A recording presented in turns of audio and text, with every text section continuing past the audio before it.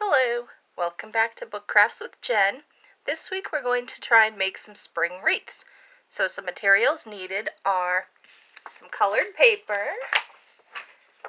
your book pages, still using the same book, scissors, glue, and then probably a pen or pencil to trace out the shape if you're not very good at freehand cutting. So for my project, I'm doing hearts and flowers. I've pre-cut out most of the items already, so just to save a little bit of time. And I did an even amount of flowers and hearts, 12 each. You can make any shape you want. Because I said spring wreaths, that's why I threw in some flowers. You could do Valentine wreaths. You could, with all hearts, you could do winter wreaths and do snowflakes or snowmen. You could do Christmas wreaths with a Christmas tree, stockings, Hanukkah wreaths with some menorahs and stars of David. Pretty much anything you want. So we've got our shapes. Now, if you're working with a little kid, it might be better if you take a paper plate, just cut out the middle just so they have something, a base. What I'm doing is I'm just going to lay it out on the table first so I can get an idea of how it should look. And that way I can adjust the shape if I need to.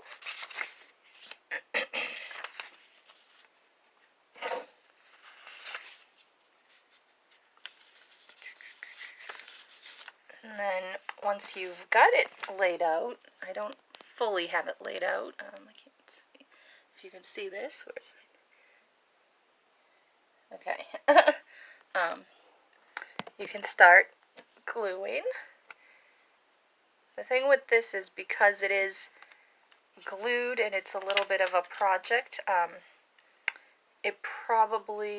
you won't be able to move it right away. Because you're going to want the glue to dry. Because if you pick it up too early, the glue's not going to dry. But just little dots of glue. You don't need a lot because you don't want it overflowing and getting stuck to your table.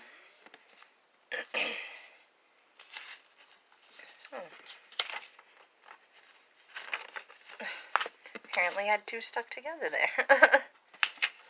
So I'm alternating colors with the shapes just to give it a little bit of more variety.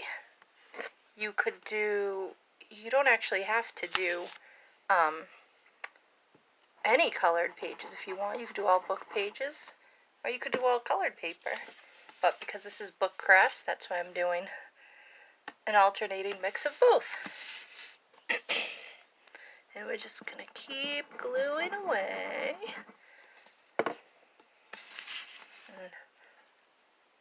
And hopefully forming a circle.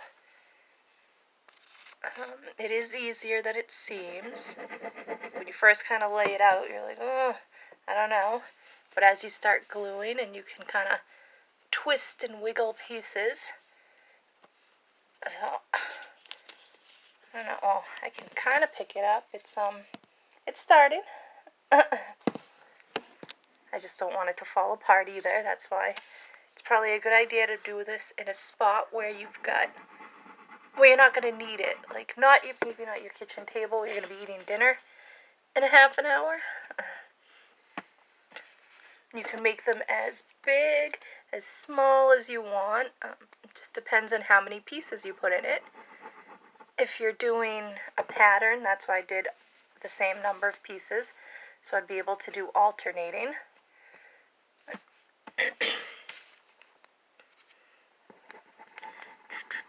You can give this to someone as a gift, or hang it somewhere in your house, on your front door, maybe over a fireplace. You can do wall decorations with it.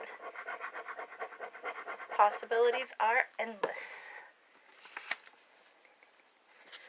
Alright.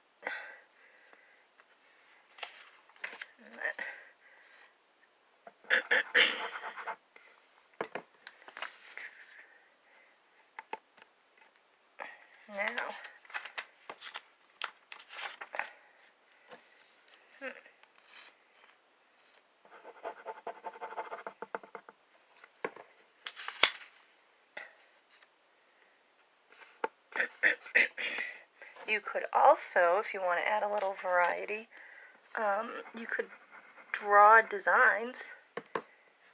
You don't have to use colored paper. You could write messages on the pictures if you want.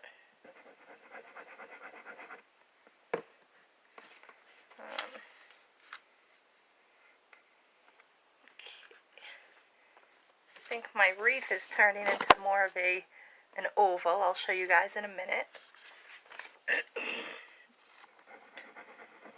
Which is also why it's a good idea to lay it all out ahead of time. Just so you can kind of see what shape you need.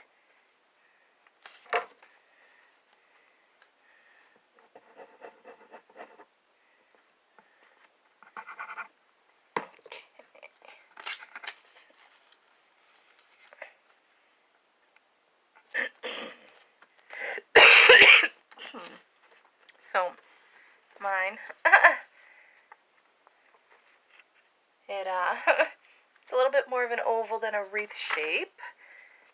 If you want, because you're using, well, hopefully you're using Elmer's glue and not super glue, you could peel apart the pieces and try to reform it back into more of a circle if you want, or leave it a little bit off center. I didn't even end up using all the pieces because it was smaller than I thought. So, there we go. Spring wreath. Come back next week. We're going to learn how to make some banners. I'm going to do a name banner, but you can do any message you want. Bye. Thanks for watching.